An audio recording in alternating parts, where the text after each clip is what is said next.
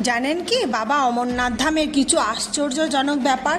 অমরনাথে শিবলিঙ্গে নির্মাণ জলের বিন্দুর অনবরত পড়ার ফলে হয়েছে, কিন্তু আশ্চর্যজনক ব্যাপার হলো এটাই যে গরমের কারণে যখন আশেপাশে সমস্ত জিনিস গলতে শুরু করে তখন এই শিবলিঙ্গটি একই রকম থাকে। আর অদ্ভুতভাবে এই শিবলিঙ্গটির আকার চাঁদের আকারের সাথে বৃদ্ধি ও হ্রাস পায়।